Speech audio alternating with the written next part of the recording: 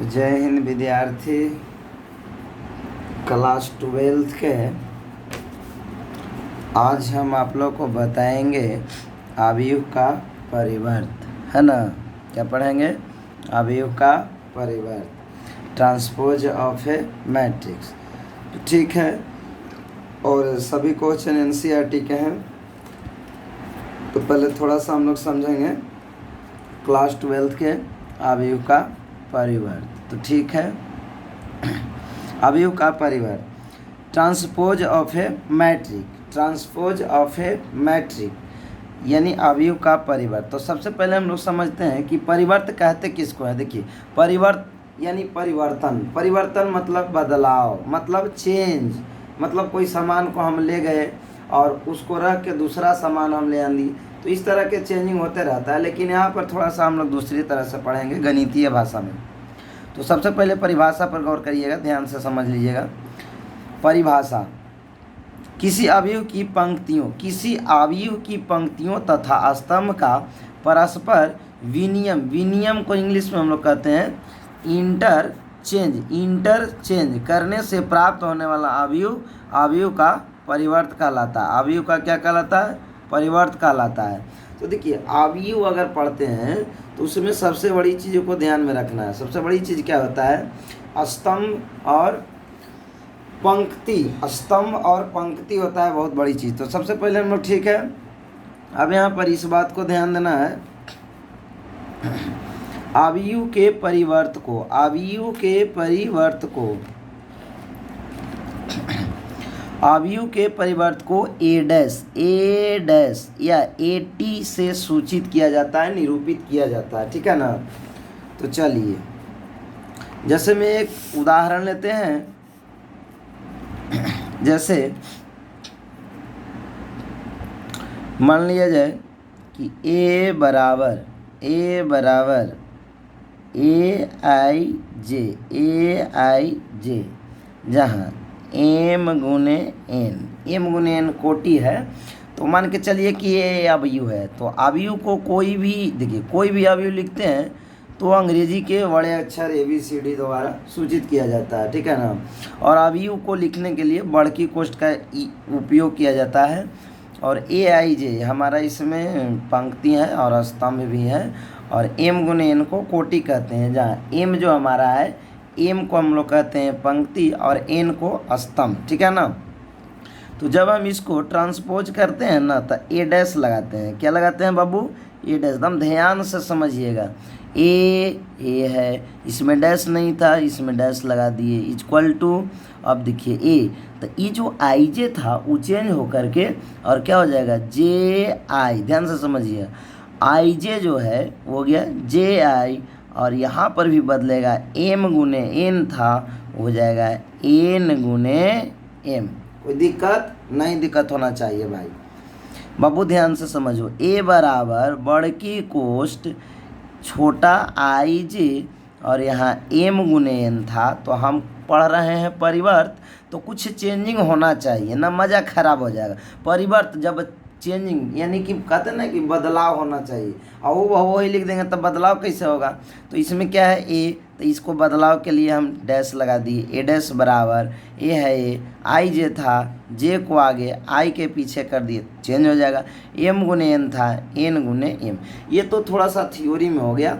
अब हम चलते हैं, इस पर एक उदाहरण लेते हैं। जैसे हमारा पहला सवाल है, और पहला सवाल इसमें आया, एक अवयव, एक अवयव आया 3√3 0 5 1, और यहाँ पे है -1/5। ठीक है ना। ध्यान से समझिए। अब इसमें देखिए क्या है विद्यार्थी, हम लोग को इस तरह से जो होता है ना, जैसे देखिए यहाँ पे आपको समझाते हैं। जैसे मान लिया जाए कि इस प्रकार से, देखिए ये जो हमारा है, इस तरह से हम कहते हैं इसको क्या बाबू? ध्यान से समझो, एकदम दिमाग लगा के इसको हम लोग रो बोलते हैं। रो रो रो रो माने पंक्ति। तो हमारा क्या हो गया? इसको हम कहेंगे R1, है ना, R1 R2 और R 3। जब एक से अधिक हो जाए तो इस तरह से नाम लेते हैं। और ये हमारा क्या हो गया C1 और C2 माने स्तंभ। तो इसकी कोटि पूछेगा तो क्या था 3 गुने 2, 3 गुने 2, 3 गुने 2, m का मान 3, n का मान 2। ये कोई अभी हो गया, इसको कहेगा कि परिवर्त निकालिए। क्या परिवर्त, क्या परिवर्त, क्या परिवर्त, तो डैश लगा देना है, ए डैश। तो कुछ नहीं करना है, एकदम ध्यान से समझिएगा। आपको परिभाषा क्या बताया गया कि अवयव की परिवर्त क्या है, यानी पंक्ति और स्तंभ को आपस में परिवर्तन करने की जो क्रियाएं होता है अवयव का परिवर्त कहलाता है। देखो बाबू, ये हमारा R1 है ना, R1 यानी 3 और 5, ससुरा के इन्हें खींच के लाओ तो पकड़ के चल बाबू 3 5 यानी C1 में। अब देखो, अब यहाँ पे क्या है √3/1, तो √3/1। अब क्या है 0 - 1/5। देखो देखो इस तरह से हो गया। तो ये थोड़ा सा चेंज हो गया। अब हमारा क्या हुआ कि ये R1 और R2 माने कॉलम पहले 2 गो था, कॉलम पहले 2 गो था, अब हो गया क्या रो हो गया 2 गो। और अब कॉलम हो गया C1 C2 और C3। तो हम अब क्या लिखेंगे 2 गुने 3। पहले से क्या था 3 गुने 2, पहले से 3 गुने 2, अब क्या 3 गुने 2 को 2 गुने 3, 2 गुने 3, 2 गुने 3। तो इस तरह से हो गया इसका परिवर्त। समझ गए? फिर से एक बार देख लीजिएगा।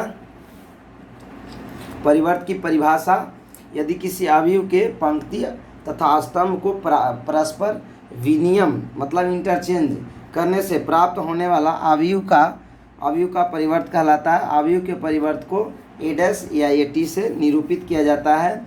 जैसे कि यहाँ पे देख रहे हैं, एक एग्जाम्पल है आई जे एम गुने एन, तो ये हो गया A dash A J I N गुने एम। ये आपका उदाहरण था जिसमें 3 गुने 2 कोटि का बताए थे, तो यहाँ पर चेंजिंग कर दिए 2 गुने 3 कोटि का। तो अब इसमें कोई क्वेश्चन है वो बता देते हैं। तो बाबू ये एक्सरसाइज है और ये आप ध्यान से देख रहे होंगे कि प्रश्नावली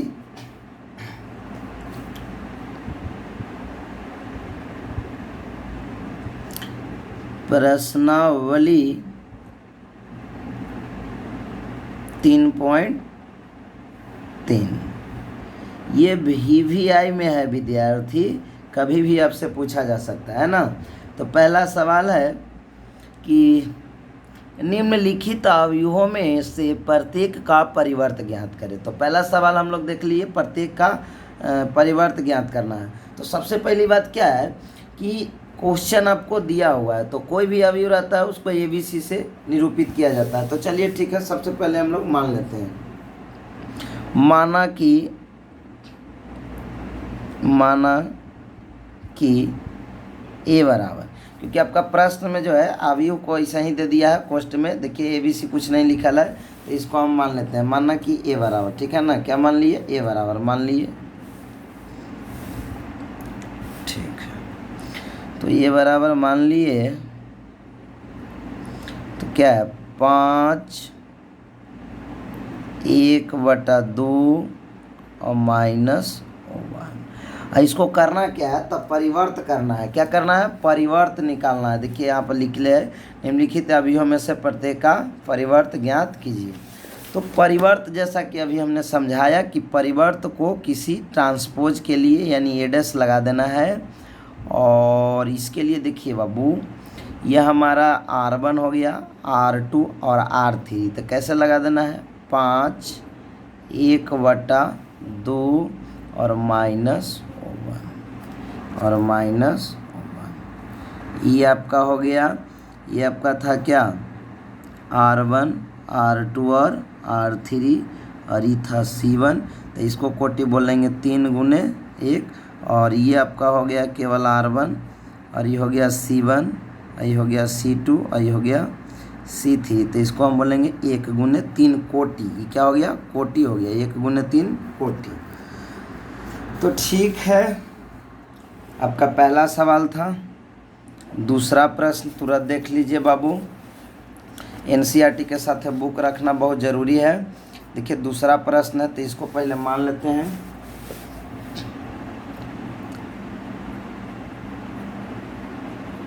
माना कि ए बराबर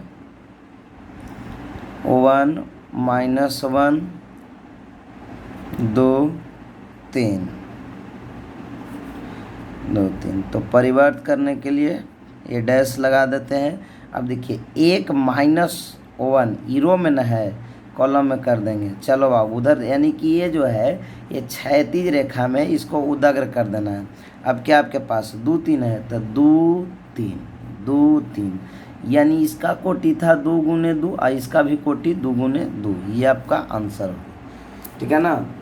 तो उसी तरह समझ गए होंगे। तो जय हिंद विद्यार्थी।